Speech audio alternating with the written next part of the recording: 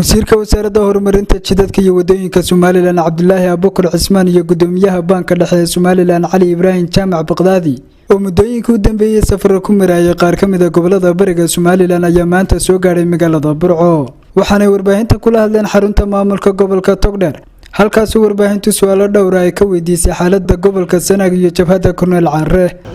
anagu xalay waxaan ka nabay argaabo saacada idin la hadlayo maanta ah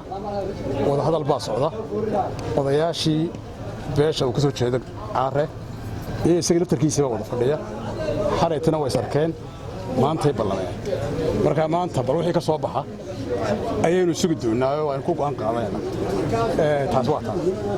tan bridge-ka Burco xidhan sida wasiirku sheegay lacagtii ku baxaysay waa la baaskareeyay waa diyaar waxaana filayaa ilaaladu iga soo socda in iyadana laga shaqeyn doono marka insha Allah taasi dhamaanaysa arinka bedelaada lacagta arinkaas arin hawl yar maaha waxa ka horeysa laascaanood waa laga bedeli karaa waana ku tala jiraana lacagta ku dhex socota kale waa lacag yar markii la sugayo $40,000 maaha hada waa lacagta kale ku dhex socota waxa isticmaalaan waxa weeyaan waa mobile money oo dollar ah lacag dhex xisaaba laascaanood oo kaash weerta marka insha Allah waan ku tala jiraa doorkii hore aan tagayna waanu soo darisnay arinka waan ku tala jiraa anigu horta gobolka Sanaag waxaan u tagay arin horumar baan u tagay laakiin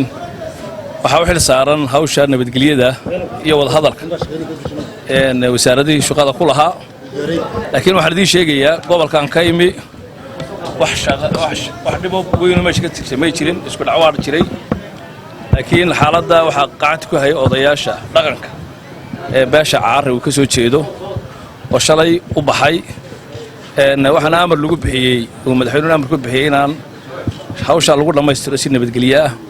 marka hawshaasi waa arin socda buu ahaa waxaan rajaynayaa insha Allah haddii Allah ka dhigo inay hawshaasi si nabadgelyo ah ay ku soo dhamaan doonto arinka bridge-ka Burco runtii waa xaqiiq waxyeello waxa gaarsiiyay roobabkii waaweynaa waxa la sameeyay daraasadii iyo sida wax looga qaban lahaa imanka hawshaas waxaan rajaynayaa wiigan soo socda in insha Allah ay u iman doonaan injineeradii